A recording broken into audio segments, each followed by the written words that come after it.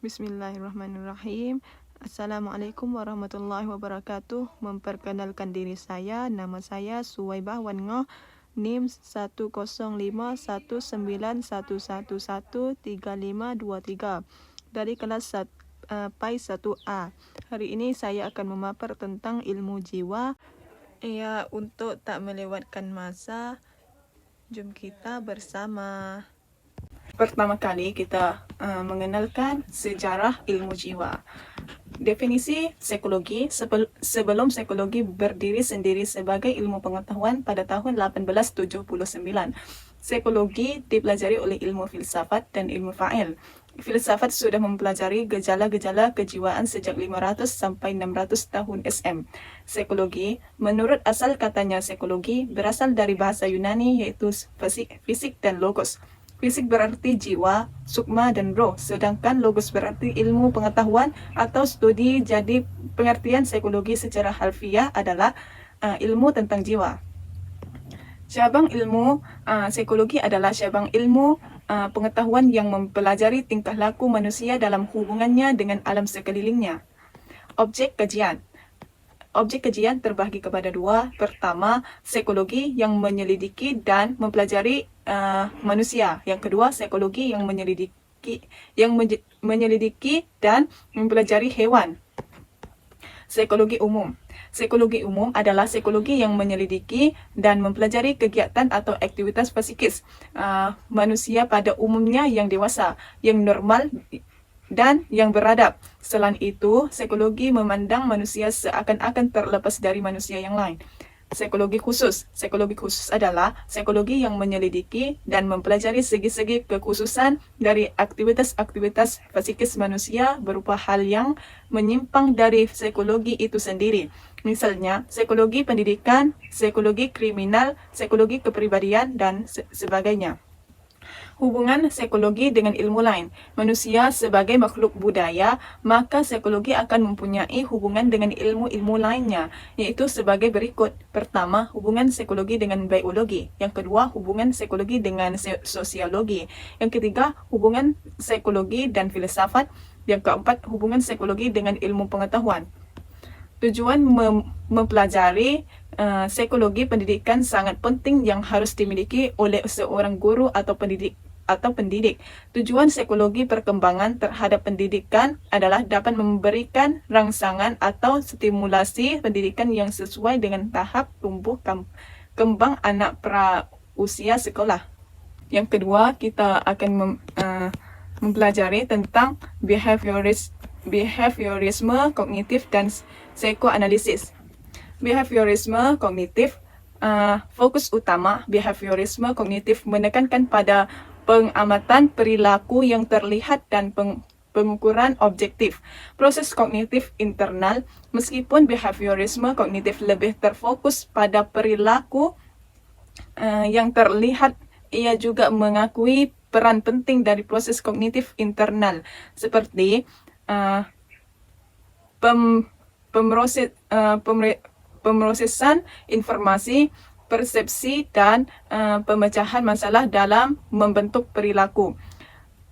Kelebihan dan batasan. Kelebihan, metode pengajaran yang jelas. Pentingnya praktik dan latihan diterapkan dengan mudah, dan batasannya kurang memperhatikan aspek emosional dan motivasi, kurang menekankan pemahaman yang mendalam. Untuk psikologi analisis, fokus utama psikologi analisis lebih berfokus pada aspek-aspek bawah sadar dan kompleksitas mental dalam menjelaskan perilaku manusia. Perkembangan melibatkan fase-fase yang berbeda dalam kehidupan individu seperti fase oral, anal, dan genital. Setiap fase ini memiliki karakteristik dan konfliknya sendiri yang dapat memengaruhi perkembangan individu. Kelebihan dan batasan. Kelebihannya, pemahaman yang mendalam tentang aspek psikologis, relevansi dengan perkembangan pribadi, dan batasannya, kompleksitas analisis, tidak memberikan solusi langsung. Seterusnya, kita akan mempelajari tentang pengertian berpikir dan bentuk berpikir. Pertama, berpikir. Pikiran mempunyai pengertian yaitu sebagai salah satu kondisi letak hubungan antara bagian pengetahuan yang telah ada dalam diri seseorang yang telah dikontrol oleh akal dan melibatkan kerja anak. Akal merupakan sebagian kekuatan yang mengendalikan pikiran. Proses berpikir. Pertama, membentuk pengertian. Kedua, membentuk pendapatan atau opini. Yang ketiga, membentuk kesimpulan. Ketiga, macam-macam berpikir. Pertama, berpikir autistik. Kedua, berpikir realistik. Dan berpikir realistik terbagi kepada tiga, yaitu berpikir deduktif. Kedua, berpikir induktif. Yang ketiga, berpikir evaluatif. 4. Berpikir autistik. Berpikir autistik, seseorang melarikan diri dari kenyataan dan melihat hidup sebagai gambaran-gambaran fantastik. Berpikir realistik disebut berpikir reasoning, adalah berpikir dalam rangka menyesuaikan diri dengan dunia nyata. Tingkat-tingkat berpikir. Pertama, berpikir konkret. Kedua, berpikir skematis. Yang ketiga, berpikir abstrak. Mampu menjelaskan teori emosi. Pengertian, emosi seperti halnya perasaan yang juga membentuk suatu kontinum, bergerak dari emosi yang bersifat positif sampai dengan yang bersifat negatif. Tingkah laku. Pertama, marah. Orang bergerak menentang sumber frustasi. Yang kedua, takut. Orang bergerak meninggalkan sumber frustasi. Yang ketiga, cinta. Orang bergerak menuju sumber kesenangan. 4. Depresi. Orang menghentikan respon terbuka dan mengalihkan emosi ke dalam diri sendiri. Implikasi. Salah satu tugas perkembangan yang cukup sulit bagi remaja adalah pencapaian kematangan emosionalnya. Pencapaian kematangan emosional remaja dapat dikembangkan oleh bimbingan dan konseling. Teknik penerapan. Menurut Safari, teknik penerapan inner semai, diambil emosi negatif akan menghasilkan energi negatif yang buruk bagi jiwa dan fisik. Energi negatif dapat dilawan dengan memunculkan energi positif. Menurut DJ Jendra, siswa dapat belajar keterampilan yang dapat menolong untuk mengerti dan mengendalikan ungkapan emosi. Menurut Kartadinata Yusuf, secara konseptual bimbingan berperan sebagai upaya membantu individu agar berkembang secara optimal. Adapun tujuan pemberian layanan bimbingan yang konseling adalah agar siswa mampu memahami dirinya dan lingkungannya. Seterusnya, proses memori. Proses informasi. Pemrosesan informasi adalah proses di mana para konsumen diekspos untuk menerima informasi, menjadi terlibat dengan informasi tersebut, memperhatikan informasi, memahami informasi, mengingatnya dan mencari kembali untuk digunakan di masa mendatang. Proses ingatan. Proses pengolahan informasi dalam ingatan dimulai dari proses penyandian informasi, diikut dengan penyimpanan informasi dan diakhiri dengan mengungkapkan kembali informasi yang telah disimpan dalam ingatan. Sensory memory, untuk menyimpan informasi yang diterima dari sel-sel reseptor dalam waktu yang relatif singkat. Memori sensori mencatat informasi yang masuk melalui salah satu dari panca indera, iaitu mata, telinga, hidung, lidah, dan kulit. Short-term memory, tempat menyimpan informasi untuk waktu yang singkat. Long-term memory, tempat menyimpan informasi untuk waktu yang sangat lama. Lupa adalah suatu proses di mana seseorang akan kehilangan ingatan jangka pendek. Proses lupa dapat pula dikatakan sebagai hilangnya kemampuan untuk menyebutkan kembali ataupun memunculkan apapun yang sudah dipelajari. Seterusnya, teori belajar. Teori belajar behaviorisme merupakan teori yang telah cukup lama dianut oleh pendidik. Teori ini dicetuskan oleh Kate dan Berliner yang berisi tentang perubahan tingkah laku sebagai hasil dari pengalaman. Implikasi bagi proses belajar. Dengan memahami implikasi evaluasi terhadap belajar, seorang pendidik dapat teori belajar kognitivisme. Teori kognitif mulai berkembang pada abad 20-an. Secara sederhana, teori ini menggambarkan bahawa belajar adalah aktivitas internal yang terdiri dari beberapa proses. Ketiga, teori belajar konstruktivistik. Teori pembelajaran yang menekankan bahawa siswa sebagai pembelajar tidak menerima begitu saja pengetahuan yang mereka dapati, tetapi mereka secara aktif membangun pengetahuan secara individual. Keempat, teori belajar humanistik. Teori humanis adalah metode pembelajaran yang fokus pada peserta didik guna mengembangkan potensinya. Tujuan utama adalah membantu peserta didik untuk mengembangkan dirinya. Evaluasi bagi proses belajar. Evaluasi dalam konteks pembelajaran adalah proses untuk mengukur sejauh mana siswa telah mencapai tujuan pembelajaran yang telah ditetapkan.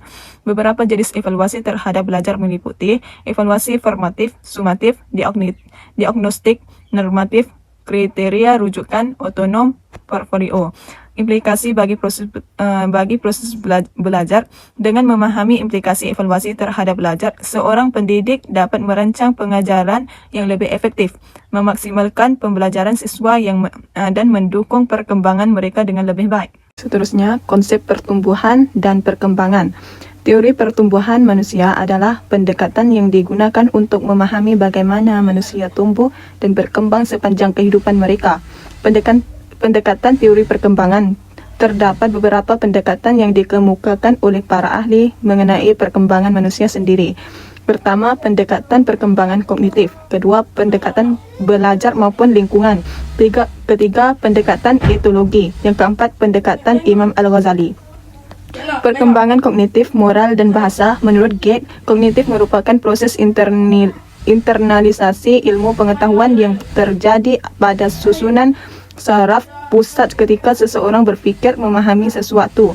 Menurut Piaget, adalah kegiatan seorang anak bagaimana ia beradaptasi dan menginterpretasikan objek serta kejadian. Teori perkembangan manusia. Pertama, teori empirisme. Kedua, teori nativisme. Ketiga, teori naturalisme. Keempat, teori konvergensi. Perkembangan nilai agama dan moral. Si kecil perlu mengenal agama dan menjalankan ibadah agar lebih memahami arah hingga tujuan mereka dengan baik sejak dini. Implikasi bagi proses pendidikan. Mendorong siswa menentukan pilihan-pilihan sendiri untuk meningkatkan pertumbuhan.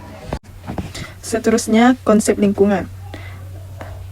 Ragam budaya mencerminkan kekayaan dan keunikan setiap kelompok manusia. Setiap kelompok budaya memiliki cara pandang dunia, pola perilaku dan sistem nilai yang khas. Elemen-elemen dalam ragam budaya. Pertama, norma dan nilai. Kedua, bahasa. Ketiga, tradisi dan ritual. Keempat, kesenian dan ekspresi kreatif. Yang kelima, struktur keluarga. Keenam, agama dan kepercayaan. Lingkungan sekolah. Lingkungan sekolah merupakan suatu kondisi yang ada di lembaga pendidikan formal yang melaksanakan program pengajaran, bimbingan dan latihan yang akan membantu siswa untuk mengembangkan potensi belajar siswa. Teman sebaya adalah individu yang memiliki kedudukan usia, status dan pola pikir yang hampir sama. Peran teman sebaya. Pertama, memberikan dukungan terhadap siswa. Kedua, mengajarkan berbagai keterampilan sosial seperti kerjasama. Ketiga, menjadi agen sosialisasi bagi siswa. Keempat, menjadi model atau contoh berperilaku bagi siswa lain. Seterusnya, konsep kecerdasan pada manusia. Kecerdasan intelektual. Kecerdasan intelektual merujuk pada kemampuan seseorang untuk memahami, belajar, mengingat dan menerapkan pengetahuan dan keterampilan secara logis dan rasional. Kecerdasan spiritual merujuk pada kemampuan individu untuk mengembangkan makna, nilai dan tujuan dalam kehidupan mereka. Kecerdasan emosional adalah kemampuan seseorang untuk mengenali, memahami, mengelola dan mengungkapkan emosi dengan baik serta untuk mengenali dan memahami emosi orang lain. Kreativitas adalah kemampuan mental untuk menghasilkan ide-ide baru, solusi-solusi inovatif atau karya-karya seni yang unik.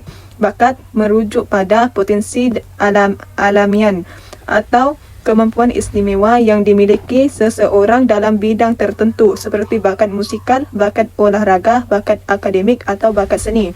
Implikasinya, perbaikan kualitas pendidikan, peningkatkan hasil belajar, kesetaraan pendidikan, pengembangan sumber daya manusia, ketahanan sosial dan ekonomi. Seterusnya, konsep motivasi belajar. Pengertian, motivasi belajar adalah keadaan psikologis yang mendorong individu untuk aktif terlibat dalam kegiatan pembelajaran. Motivasi belajar mencakup dorongan batin, keinginan untuk tumbuh, dan kepuasan dalam pencapaian. Konsep pertama, faktor internal dan eksternal. Kedua, teori motivasi. Ketiga, dampak motivasi belajar. Empat, strategi meningkatkan motivasi belajar. Faktor-faktor yang mempengaruhi motivasi belajar. Pertama, kebutuhan dasar. Kedua, rasa diri. Ketiga, tujuan pribadi. Keempat, keingintahuan dan rasa ingin tahu. Kelima, lingkungan pembelajaran. Yang terakhir, ekspektasi dan harapan.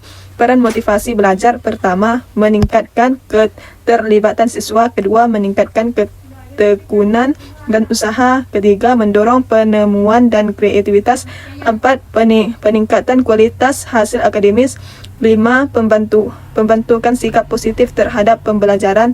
Terakhir, meningkatkan kemandirian dan tanggung jawab.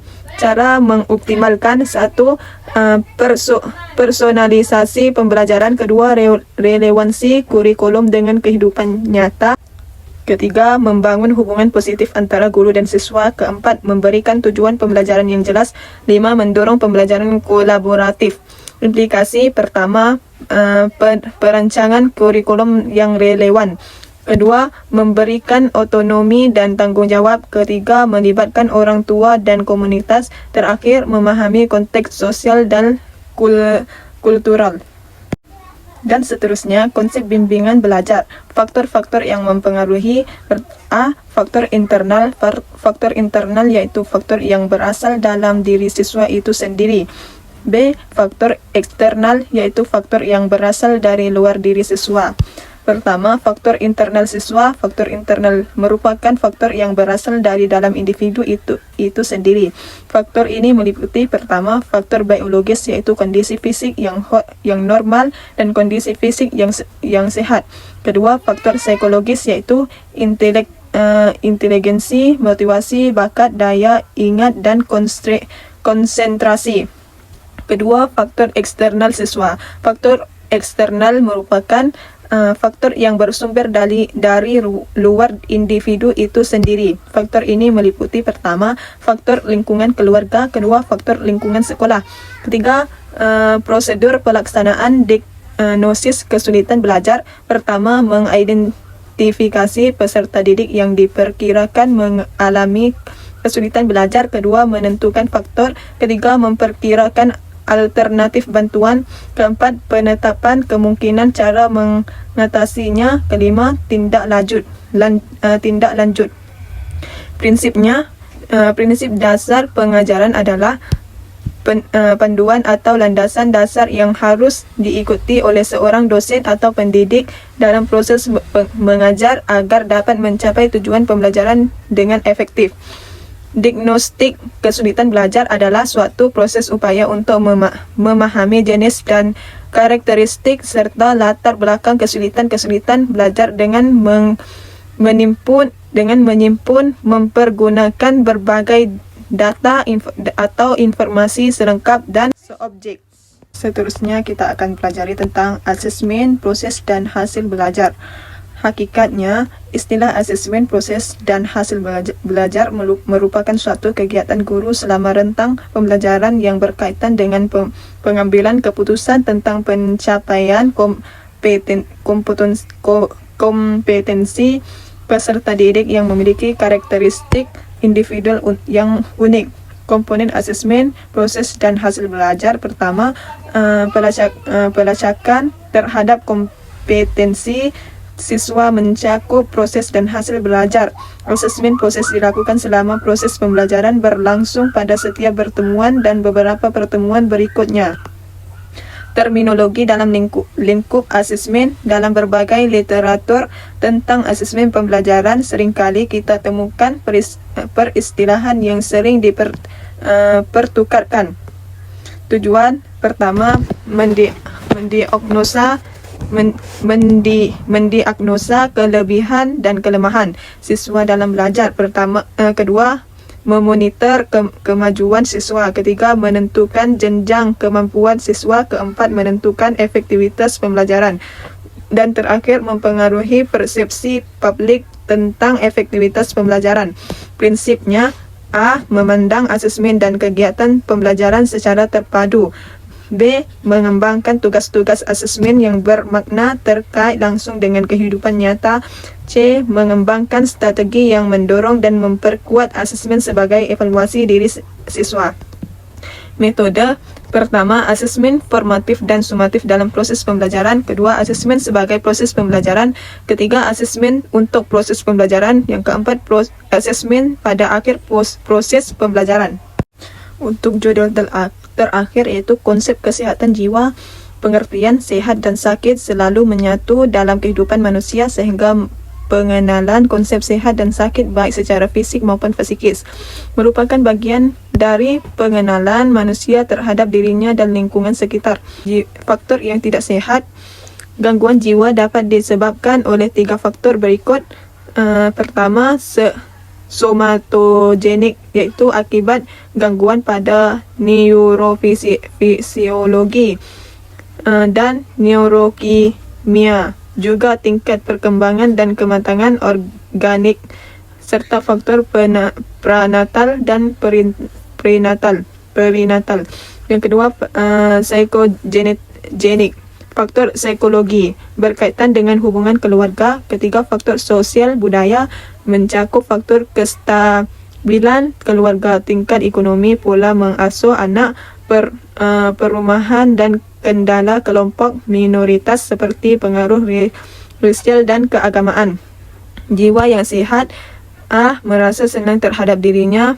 B. Merasa nyaman berhubung dengan orang lain. C. Mampu memenuhi tuntutan hidup. Jiwa yang tidak sihat: pertama, sering berfikir saya gagal, semua terjadi karena salah saya. Kedua, sering merasa bersalah, bimbang, mudah tersinggung. Ketiga, merasakan kondisi kesihatan terganggu, mudah lelah sepanjang waktu.